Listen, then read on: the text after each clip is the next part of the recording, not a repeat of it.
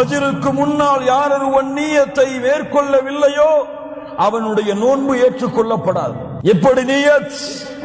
நவைத்து ஸௌமமதின் அன்னதாஇ ஃபர்து ரமதான என்று வார்த்தைகளால் நியத்தை வைப்பதா? பித்ஆ. பித்ஆ மார்க்கத்திலே புதுமையாக நுழைக்கப்பட்ட சொல். நியத் உள்ளத்தை சேர்ந்தது. இன்னமல் அஅமாலு பின்னிய்ய, உள்ளத்தை சார்ந்தது. நாவால் மொழிவது மார்க்கத்திலே புதுமையை ஏற்படுத்துவது. உள்ளத்தால் நாளை நோன்பு வைக்கிறேன் என்ற அவன் நியத்தை ஒவ்வொரு ரமதானுடைய இரவிலும் ஃபஜ்ருடைய வக்திற்கு முன்னதாக மேற்கொண்டால் தான் அவனுடைய நோன்பு அல்லாஹ்விடத்திலே அங்கீகரிக்கப்படும். ஆனால் இந்த நிய்யா நஃபிலான நோன்புகளுக்கு கிடையாது.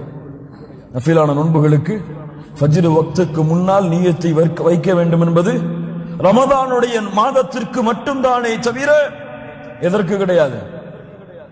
எதற்கு கிடையாது? நஃபிலான நோன்புகளை வைப்பதற்கு கிடையாது. ஏனென்றால் முஹம்மது ரசூலுல்லாஹ் ஸல்லல்லாஹு அலைஹி வஸல்லம் உடைய வாழ்க்கையை நீங்கள் பார்க்கலாம்.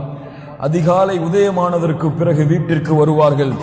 கேட்பார்கள், அல்லாஹ்வுடைய தூதர், ஹல் இந்தக்கும் ஷைஉன், உங்களிடத்தில் உணவு ஏதாவது இருக்கிறதா? குல்னா லா, நாங்கள் இல்லை என்று சொல்லுவோம்.